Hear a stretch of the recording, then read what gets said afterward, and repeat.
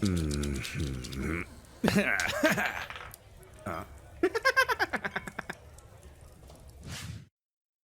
Welcome back, everybody, to Session 5 of Shattered Grail.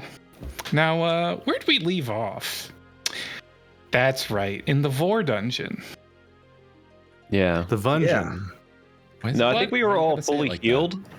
We were all More fully healed and had importantly- full inventory points. More importantly, Armand found a merchant, and he gets to go shopping. Oh, incredible. Wait, it's the guy. Look, it's Gaston's cousins. Oh.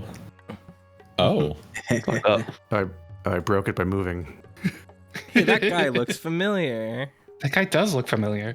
It seems this merchant's caravan was ransacked by riotous refugees fleeing from the howling. Poor thing. Well, money is easier to transport than goods, so maybe you should buy a thing or two off of him. Why buy when could charm for a lower price? You know what? That's a real good point.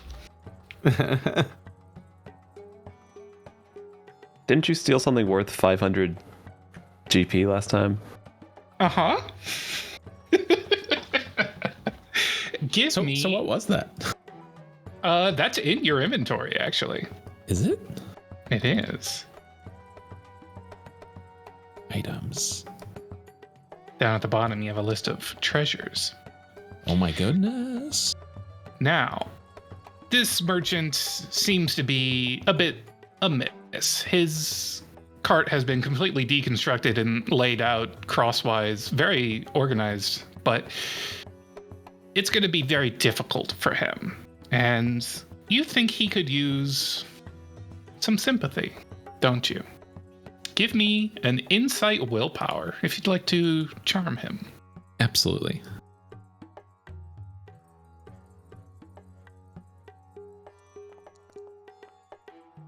Pretty good. That's pretty good. That was pretty good. He appreciates having someone to talk to about his worries. His boars are in heat and they weren't doing a very good job. Is that what that noise is? That is what that noise is, and that's no. They were doing a very poor job of pulling the cart, and now that they don't have a cart to pull, they're getting antsy. It's a big headache for him. But you seem like a nice guy. He's willing to give you half off on everything in his shop. Incredible. What does he have available? All right, let's see what he has available. Here we go.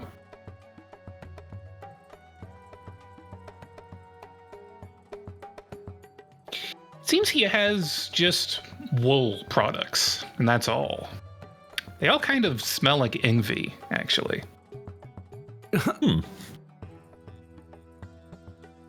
Resistance to poison, air, cold. +1 magic defense.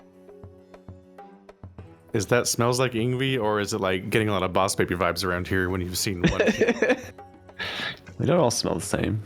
You smell one sheep, you smell them all. So it looks like there's some decent wool accessories on offer here. But in addition, Armand has a few things that he can offload to fill his coffers. Oh my gosh, you can see my inventory?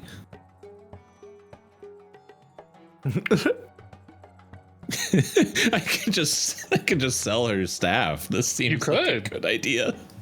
That's an incredible item. It is a really incredible item. That sounds really good. I'll just sell the Crimson Petal. All right. That staff would make Valerian so annoying. A nice 250. That would make Valerian so annoying. Specifically, I didn't have room to write this in the brief. It lets you force allies to pay the MP cost when you cast spells on them. Oh. Yes. That's fascinating. How convenient. It's a great item. I just haven't had a chance to give it to anyone yet. Yeah, there's this whole god thing. Ingvi could use that for healing. We have been having one fight for approximately 3 weeks. Yep. Mhm.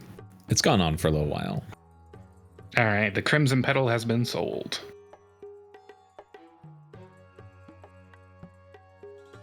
It's tempting to spend all of my money, but I don't know where else I'm gonna need it. Always spend, never save. It's true. That's what This they're is the always way. saying. That is what they're always saying. Well, I definitely want They is toaster. they. I definitely want the wool cap. All right, I wool think cap I'm it also- is. Also gonna buy the wool bracer since they're half off. Ooh, excellent. Would you like to put one of those on yourself? Yes, I'm gonna wear the wool cap. I want to see Armand with a little wool cap. Hell yeah. Don't draw him with the wool cap. He doesn't deserve I'm it. doing it. I'm doing it. I have a quick game question. You can spend money to get IP back, right? You While can, shopping? yes. But I Sure, think only at correct. stores. I believe it's 20 each. If each IP point costs a specific amount of Zenny, right? Uh-huh. And we can find like a generic item that exists in the real world, like an apple, we can figure out how much exactly every inventory point is worth in real world currency. And then, fun fact, at BLFC, you can bribe A.K.A. to get real life inventory points. It's true. This is a thing you can do. You should just bribe Ka. In general, it's a good idea. Sound investment. All right, so that eats up all of your money. That is now in your inventory. I would also like to attempt to steal back the Crimson Petal after I leave him. Oh, that is so good. Oh, all right. Give me a Dex insight for that. Average Fallout 3 playthrough. Right? Not great. You are sitting on one. No, you have 3 Fabula points. Wow. Would you like to spend one? No. I won't test this. All right. I think as you're trying to steal it back from him, he doesn't notice, but you get some boar aggro. They know what's up. They're snuffling at your coat. They're distracting you from getting back what you have just sold. Yeah. You don't think that's gonna work. No interest in dealing with the boars. Thank you. They've got. They smell. They do. That one has a scar. You know he's. They look taller than you, man. They probably are. Is this the Now- Boring Company? Is he Elon Muskox? You shut up. I don't want All to. right, can you initiate combat then? Yeah, let's keep again. Well, with your new woolen goods in tow, you feel secure in your purchase. Honestly, you feel the anxiety from being away from Valyrian starting to abate. And then you realize why. It's maybe got something to do with the fact that the Howling God is just running right past you up the road. Oh. Oh, no. Well, And he's sliding like a Tachikoma. Uh-huh. It's got that battle slide. Maybe he got did punched you see so that? hard that he did the A.K.A. slide. The merchant turns and says, "See what now?" never mind. I appreciate the deal. I have something to attend to. Safe travels, friend. And with that dealt with, let's take a look. Back in time. Because we don't want to go back to the Vor place. It's gross in there. Let's take a look back at Blackroot Village. On that fateful night, not long ago, we find Tierney, joined by Ingvi and Henrik, as he exits the Backwater Brewhouse for a midnight stroll through scenic Blackroot. As has grown commonplace, you see Keen up on a rooftop, playing a lullaby on his ocarina to help usher in sweet dreams to those in need of them. Keen's so cool. Look at him look how brooding and quiet he is. He has a sitting down ocarina pose. Aye, right. Welcome to our slice of the night. If you keep walking this way, you find the center of town. And if you keep walking that way, you find your way to Blackwood, which is pretty much the same town. There's not much to see here, but air is cold, fresh. We get some travelers every once in a while like yourselves, but for the most part it's quiet. There's not much to complain about. Quiet ain't bad. You see Tierney kind of shrugs wordlessly, and just kind of kicks about, walking down the little thoroughfare here. And he goes, "Well, I've been here for 6 years now. It's been some time, but they've built this place up. It's nicer than it was. There was a collapse, the mines, a long time ago. It took the industry with it. Lots of abandoned buildings. Damaged townsfolk. Seemed like it was going to fall to pieces, but then the funding came from the crown.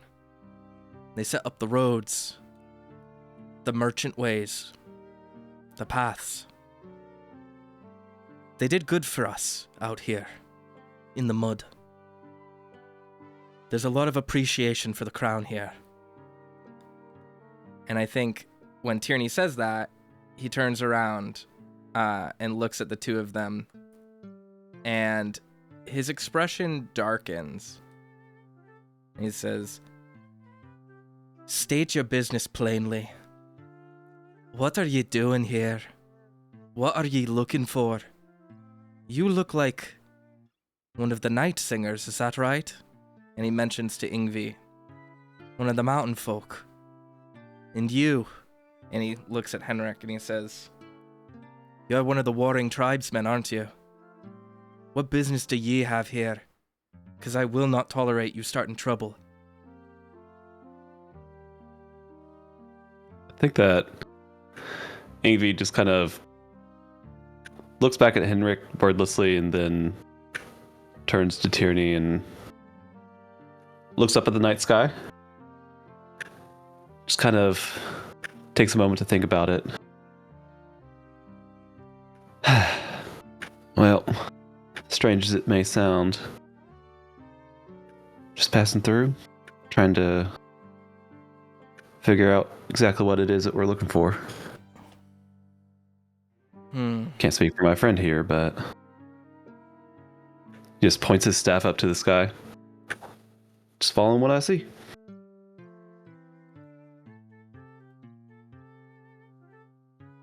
Tierney nods, kind of clears his throat, and looks to Henrik.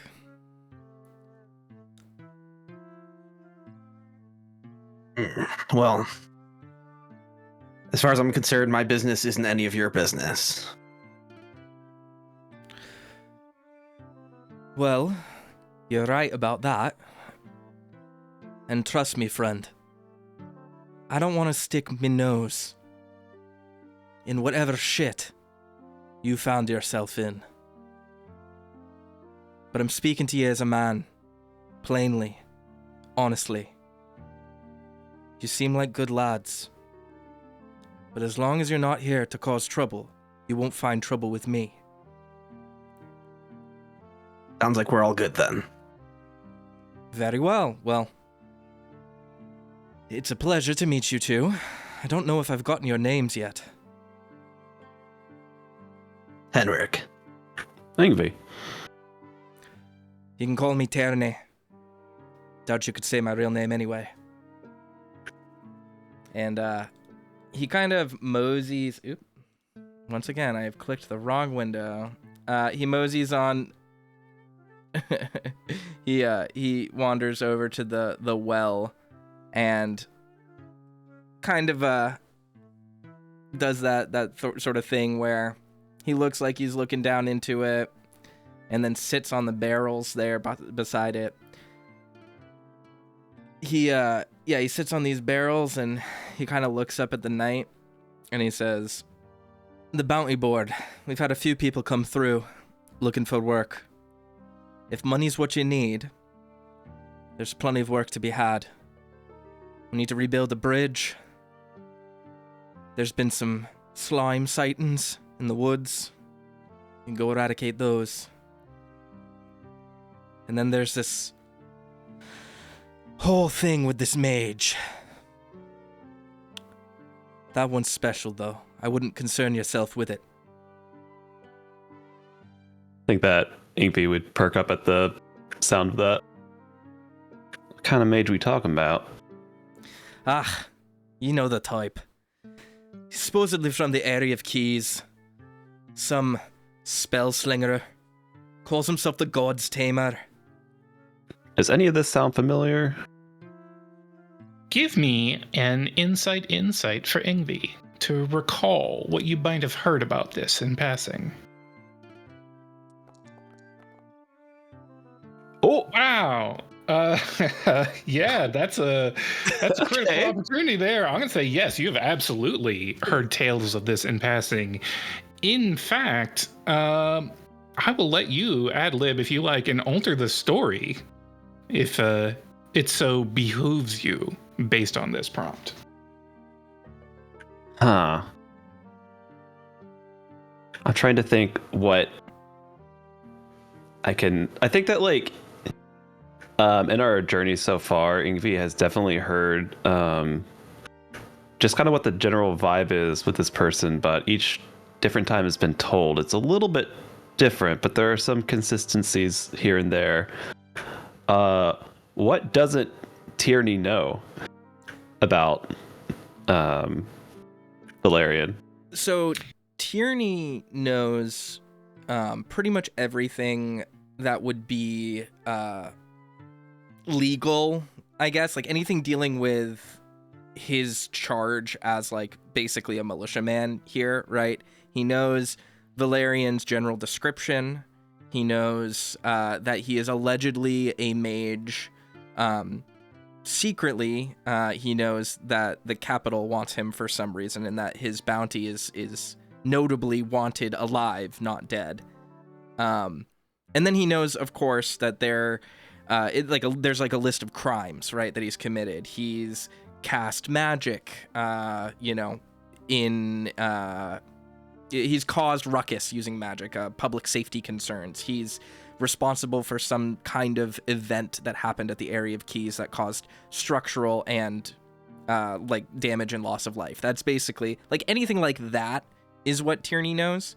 He doesn't actually believe much about Valerian's claims to power, just because, let's say, every couple of months you hear, bounties come through and travelers talk of some mage in a tower claiming to have found the secret of immortality, or a soothsayer from the mountains claiming to have spoken with the gods.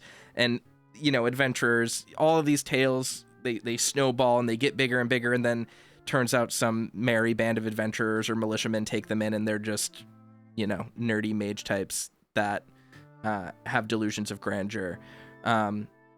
So I think that knowing all that, I was checking through my notes. So one more thing that I think Ingvi would know. Yeah, is he? Important. Would Ingvi know about Night Garden at this point? I think that is something that you're putting together through these rumors. It sounds like the magic that this mad mage is wielding is that of the forbidden, the heretics, those who were said to be exterminated. So I think that the way that fundamentalists. I think that the way that Ingvi phrases this is, well, I'm sure you've undoubtedly heard all the rumors that he's this 9-foot tall freak of nature, skinnier than all get out.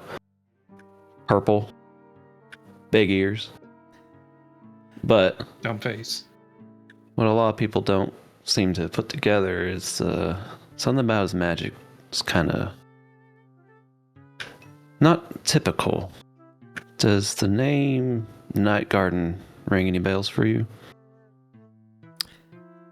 Tyranny shrugs. I can't say it does. Hey, Keen. Does the name Night Garden sound like anything to you?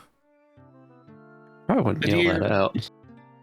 Pauses, sets down his ocarina, and begins signing down to you. The voiceless buck explaining that he heard tales from his father when he was young about Night Garden, about the reign of terror that they held over the land, and how the Grail fundamentalists pushed them to the brink of extinction in a holy crusade. Is that all that? Those are just stories. He's very good at signing. Tierney chuckles to himself and waves his hand, just kind of letting Keen go back to his ocarina playing. He goes, it's the stuff of fairy tales and Sunday school. Certainly, the Grail and the clergy have encountered many in their crusades, but who can say exactly what any of that means now? I've learned to not doubt Ingvi's instincts. Listen, friend, I'm not doubting anyone's instincts. I'm saying here, in Blackroot, our concern is preparing our bodies for the Grail, living good lives, protecting the people we love until it's their time to go. We're simple folk here. All I know is it's my job to take him in. He doesn't seem that dangerous to me. I've killed many a mage. I've fought many a brigand. I've taken down monsters. I'm not that worried, and I don't think anyone else has any reason to be either. You got healers? Well, we do have Poppy, but you saw what they did. Yeah, that's what I thought. And then Tierney kind of rubs his chin and he goes, Now, I can't say I have much faith in the stories your people tell of the stars and the gods in the sky. But I have seen what you people do. You're doctors, aren't you? Healers. Same difference. There's a bit of nuance in between there, but that's not what's important. We can keep you safe. Your friend here looks brawny. And I think Tierney walks up to Henrik and kind of looks him up and down, sizes him up, kind of reaches out, pokes one of his biceps. You want to find out for yourself? Be my guest. I'm always down for a little of the rough and tumble if you catch my drift, but... Oh, they're going to wrestle. Ooh. You seem like good lads. If you're in it for coin, and we keep it professional, we could take you on, maybe. Better lose 2 of ye than 2 of the mud boots. Can't argue with that. No offense, of course. Appreciate the None vote. taken. Vince. And then Tierney reaches out his hand to Ingvi and says, I guess if you're twisting me arm. He accepts it. And they shake Twist hands. a bit. Marvelous. And then he turns to do the same to Henrik.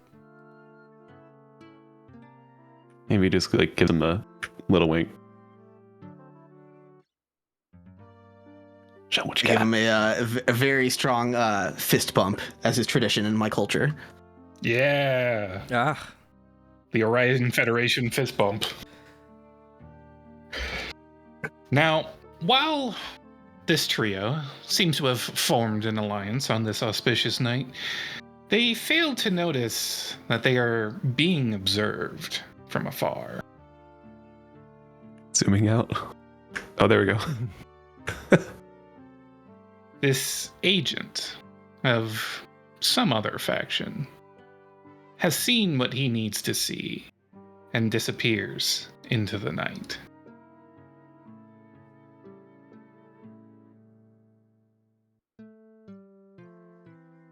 By the way, Toaster, when you're going up to the well saying you're gonna do the thing, I was like, oh, do the thing like you do in every video game. Always check the well for loot. Always. Check each individual barrel. Yeah, I'm gonna rummage through all the trash cans. Very got it. Badger-like. Long ago. Not too long ago, but long enough to leave scars.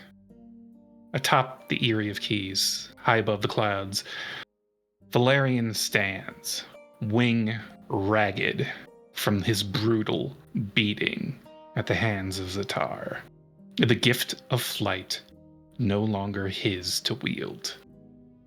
Valyrian, what sparked this honor duel? What do you stand accused of? Valerian has been accused of studying time magic, of violating the sacred timeline. That's a very serious accusation. Is there any truth to it? There is not. Well, you lost the duel. That seems rather decisive, doesn't it? In trial by combat, you were proven wrong. Well, therefore, your accuser is justified, at least in the eyes of your god.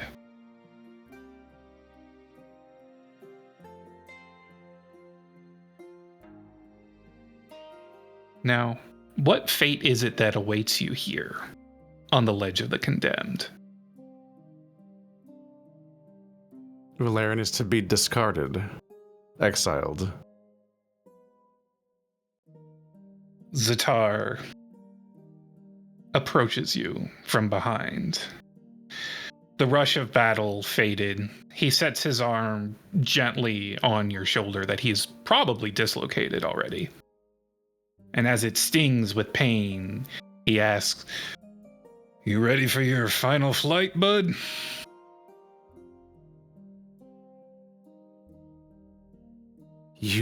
You cheated somehow. This isn't right. This isn't what happens in a duel of honor.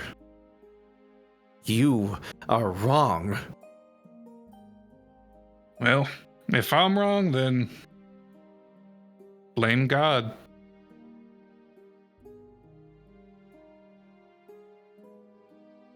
Look, it's You're not going to get away with this.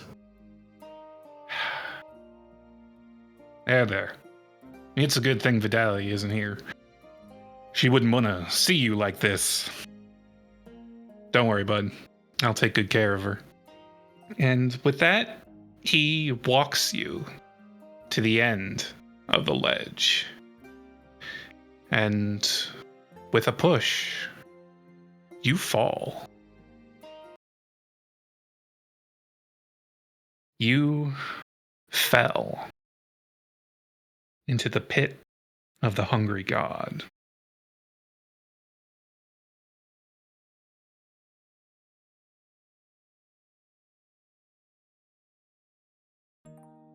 At the dark depths of the pit, far beneath the Eyrie, where the hungry god dwells, your bleary eyes slowly begin to open. Miraculously, you're still alive. Somehow. The ground beneath you is surprisingly soft.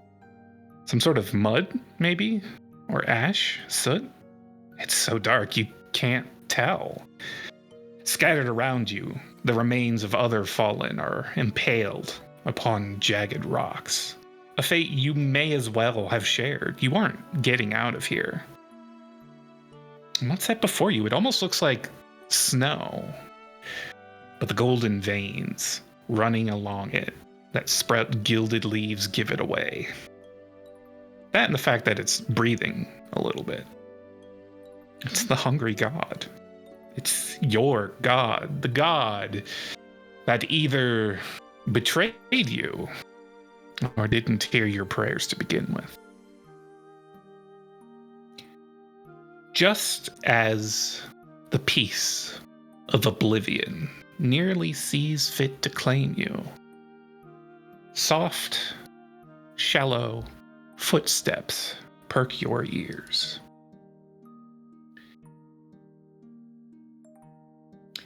That's a skeleton.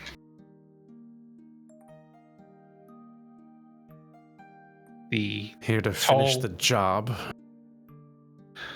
Oh, bother. This one's still alive. Barely. Not for long, poor thing. He kneels down before you, examining your broken form. And he asks, "Any last words then, broken thing?"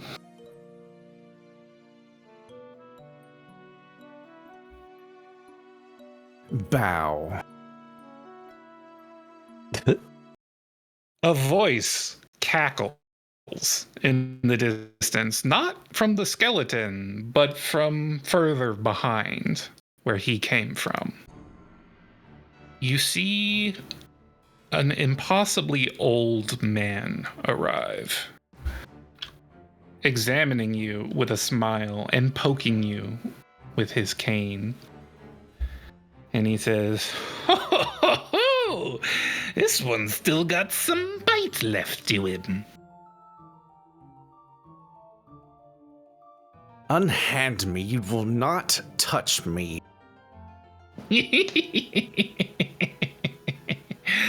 Tell me, boy, what got your sorry ass thrown out with the garbage?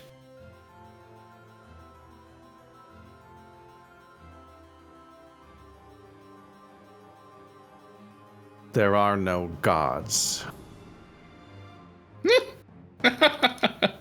You hear that? He says that right before his own god. Oh, what a riot. I like this one. He makes a trail around you before stopping alongside what you can tell from body language is his skeleton. The undead creature that he commands stays silent, awkwardly looming over your soon-to-be corpse. Doesn't seem fair now, does it? The way they treated you. Cast off into this pit of despair. They will pay. Will they now? And who's going to make them pay?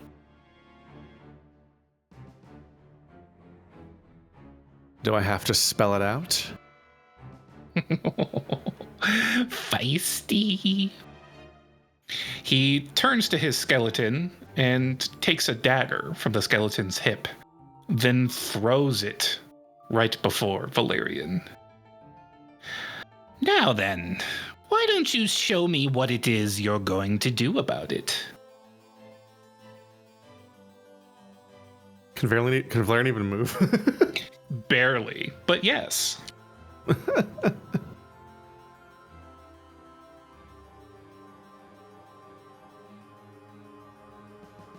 Let's see. Does he have MP? He does not. Of course. Come on now. Just take it in your hand. I think you'll find it's the perfect tool for what you need to do. What this world needs to have done. When the world gives us garbage, we turn and we throw it right back. After all, what are you going to do about it? He asks as he turns to leave. Kill God? That's precisely what I had in mind. Back to the present. At last.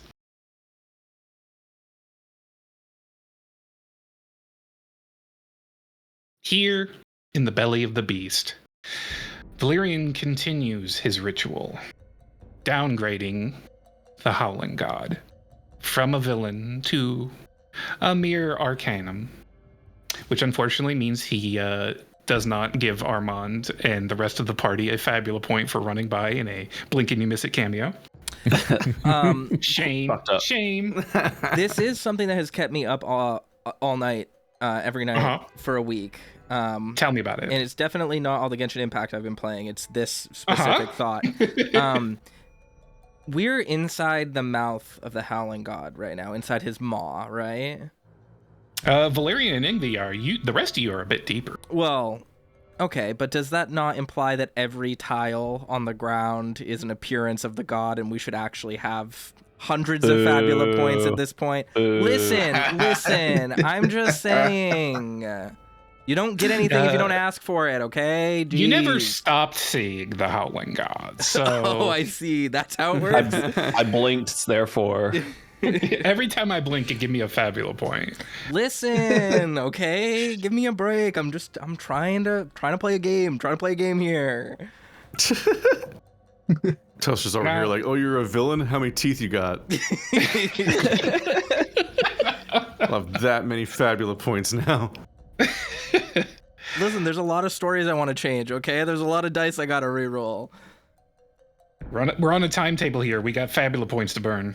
Now, Valyrian, as you are continuing this ritual, and as you rolled that critical, you managed to do something you should not have been able to. Continuing the ritual, you realize that the Howling God is already bound to someone else.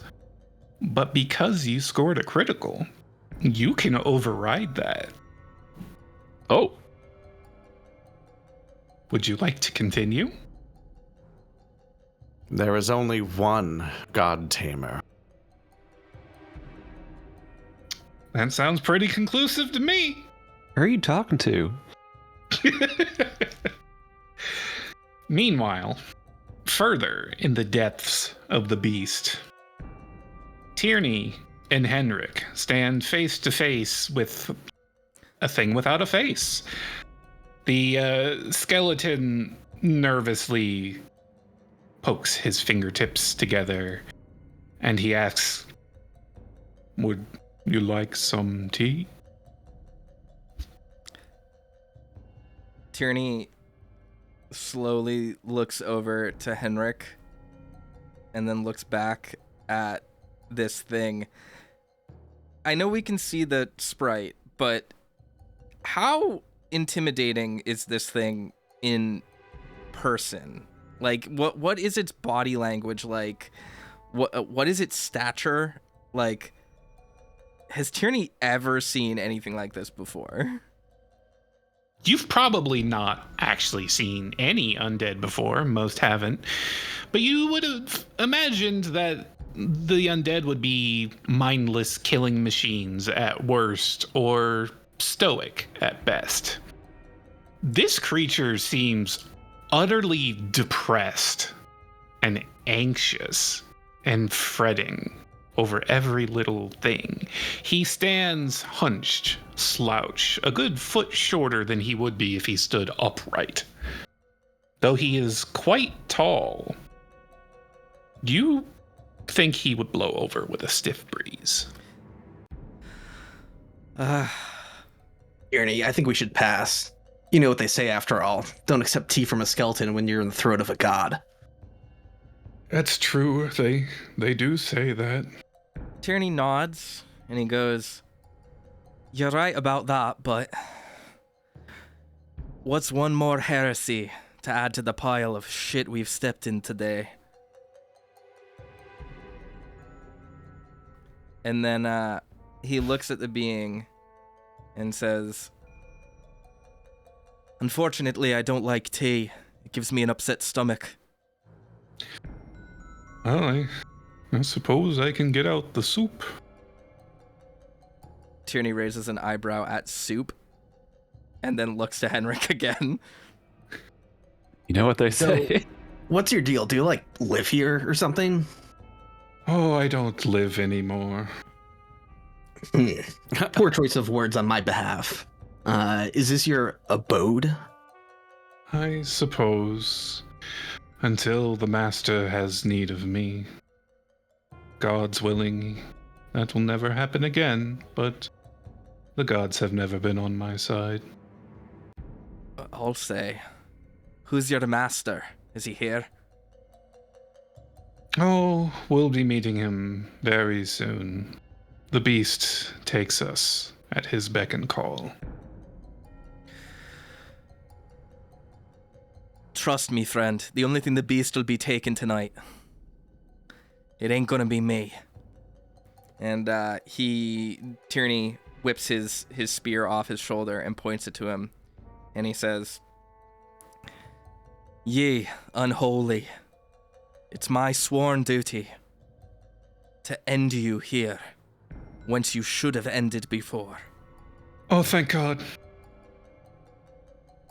What games are ye playing? Speak plainly, creature. Sorry, I got excited again. You see, whenever I hear a holy man or an exorcist or someone with the strength of God, there's a glimmer of hope that they might lay me to rest at last. But it's never worked before. Tierney tilts his head, kind of shocked by that, and goes, Were you devout then, when you were... And he hesitates to say alive, and instead says, better. Oh, I've never been better, but I was a man of God. Back when there was flesh on these bones. It didn't save me. I don't think it saved anyone. I don't sense any malice from you.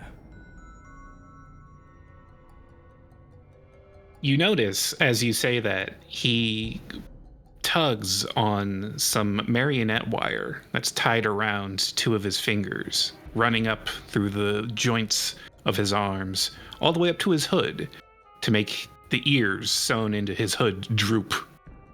Oh, he's so pathetic. Fine. I'll listen. Henrik, you don't need to come in if you don't want to. Perhaps you can check on Valerian and Ingvi. See if they need any help. I'll stand guard and watch. It's a good idea as any. I would invite you in, but I'm afraid it's standing room only. You look inside and it's pretty much a closet. But he does pour through a few things. He gets together some water, some cool powder, some used to be green things. And he makes a soup. And with that, we're going to enter a resting scene. Oh, thank God.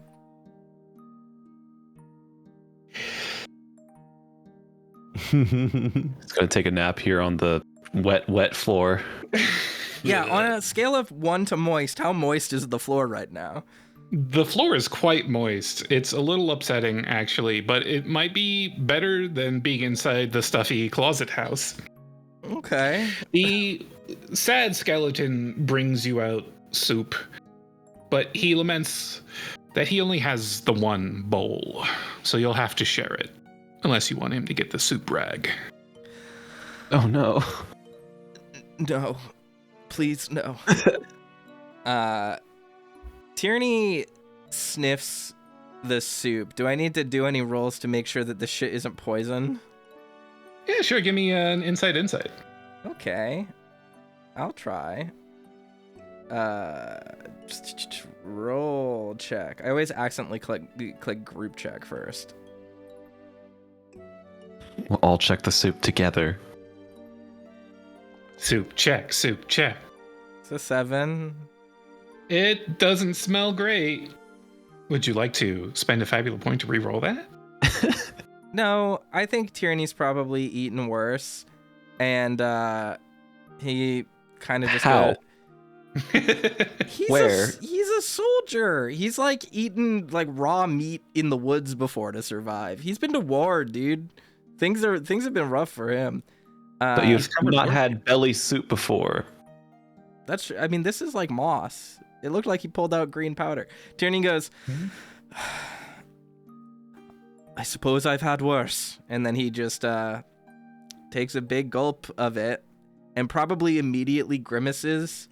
But the desire to be polite in this instance is so woven into him, like his courtly being, that he swallows it anyway, or at least attempts to, and does not complain. It's funny that you mention courtly manners, as this soup actually reminds you of some of the things your princess has been served. The kinds of fine delicacies made of ancient, aged ingredients that are hard to procure, and honestly kind of disgusting and make you just want to have pub food instead. But they're edible. They're nourishing. They'll do. Ugh. What is this? Tastes like medicine? You trying to prepare me to bear child? That's the only thing I have. Sorry. It's either that or the 3-day blinding stew. Not the perpetual blinding stew. You had the Empreg Zoo. Tell me, wretched one, do you remember the way you were before? As you said, the meat fell off from your bones. Oh, I try not to. It's very depressing. How long ago was that, really? Before the shattering, long before, when there was one nation. Under God, he rolls his non-existent eyes at that.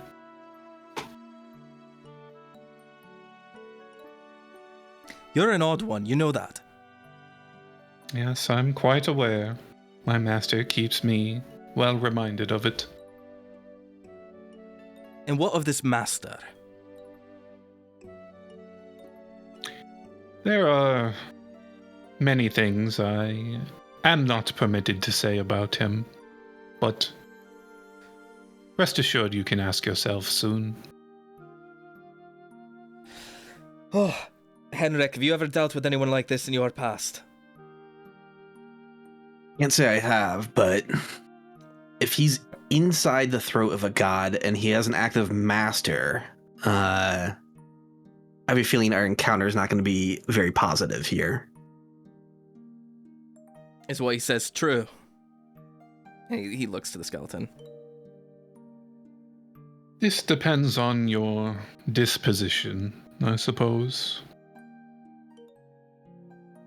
Now, I'm not trying to be insensitive, Henrik, but your people are strange. They live in the mountains and deal with all manner of necromancies and witchcrafts and strange happenings.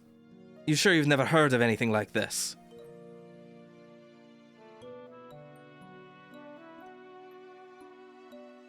Sometimes if we feared that the gods were acting out of order, something went wrong, we fear that they may have been taken control of, that it wasn't their doing, that it wasn't their will.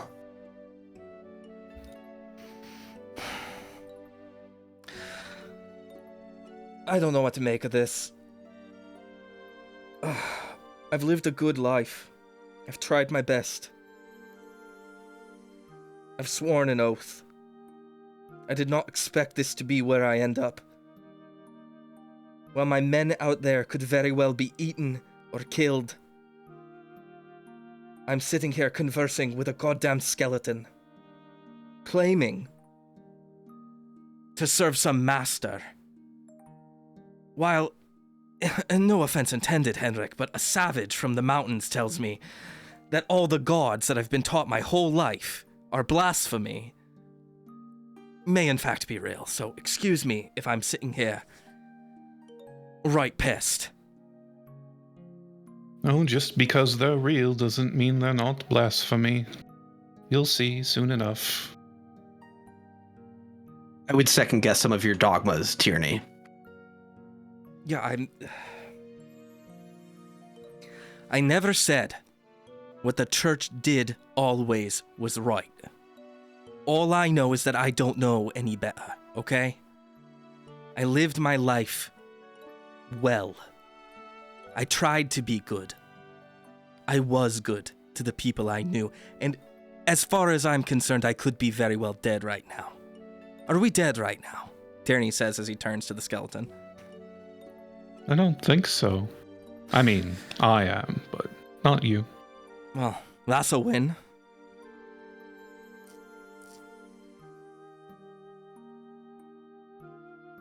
As you debate what's going on, he gently pushes himself into the head of your spear, sighing at his failure to find release. Phrasing. Now, while we're having a resting scene, would anyone like to increase or make a new bond? Ooh. Let's see. What do we got? Okay. Tierney is going to increase a bond. Hell yeah. He is going to increase his loyalty to the princess. Ooh. So, in order to do that, you will need to add a new emotion to that. Admiration, inferiority, affection, or hatred. It would be affection. And I also just realized I never added my bond with Valyrian here. My mistrust of him. I kind of want to add one for Valerian. Just mistrust seems appropriate, but if we're all going to get that. It does have a basis. It's grounded in reality. I don't trust him. Can I all go the ahead and stories add I heard. admiration for Tierney? Henrik sort of appreciated Tierney's like honesty and candidness in that conversation. So yeah. I dig that. Armand, wherever you are, would you like to add a new bond? It's a good question. Bond of hatred with pigs. Are any of the mud boots still alive? You're not sure. When you exited out of that scene, it wasn't looking good for them, but they could be alive. I'll abstain for now. Okay. Do these callers have like long range calling? Do we get unlimited minutes? No.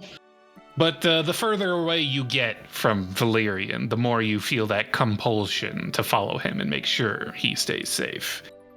Which is probably causing Armand to chase after that wolf as it lopes across the plains. He's got short legs. Who knows? Maybe he managed to hitch a ride.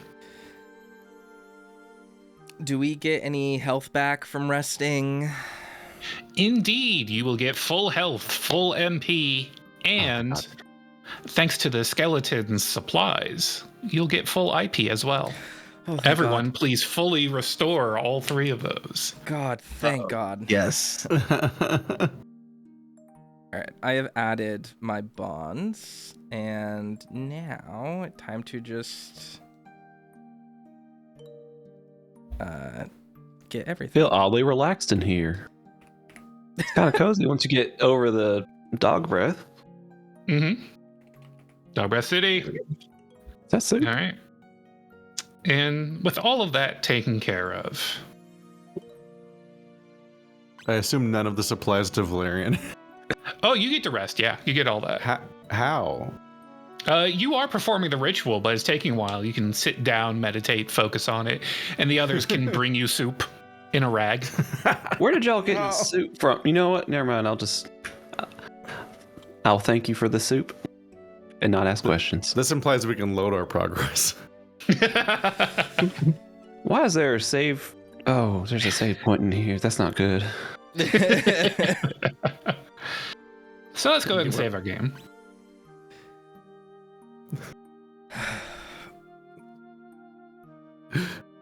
Me when the save point comes after the 2-week-long boss fight. Hey, what happened to the other? Hold up. What happened to the Okay. other? What happened to the other save? Uh-huh. Don't worry about it. Henrik's missing. Oh. Now then, Huh? Valerian, Huh? you that. succeeded in taming the howling god. Do you know what that means? Body horror implosion? Oh. For the love of God, He who please do does not name him suffer in Howley. silence. Name him. Oh no. Name him I really Steve. should have planned this.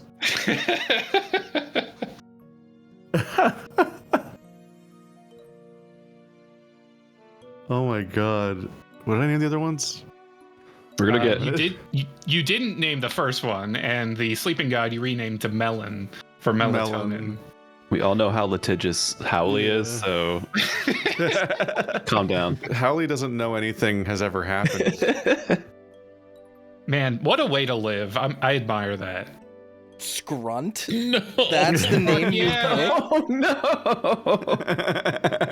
Oh, I got so excited about that, I closed my browser. That's a JRPG ass name. All right. Scrunting all over the place. Rename the Howling God to Scrunt. And display name is Scrunt. All right, excellent. Well, Great. look, that is what you name characters in JRPGs at this point. It's true. It's either that or Like, bust. main character is named Mingus. All right. Yes. And we get to add the Howling God summon to your features list.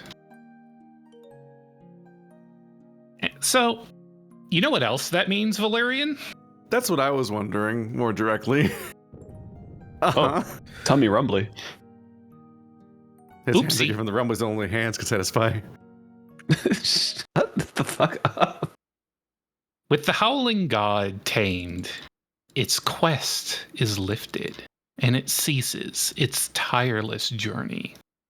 It also ceases being summoned, causing all of those within to spill out onto the ground where it stood mere moments ago. This leaves you face to face with a very surprised looking contingent from the Orion Federation.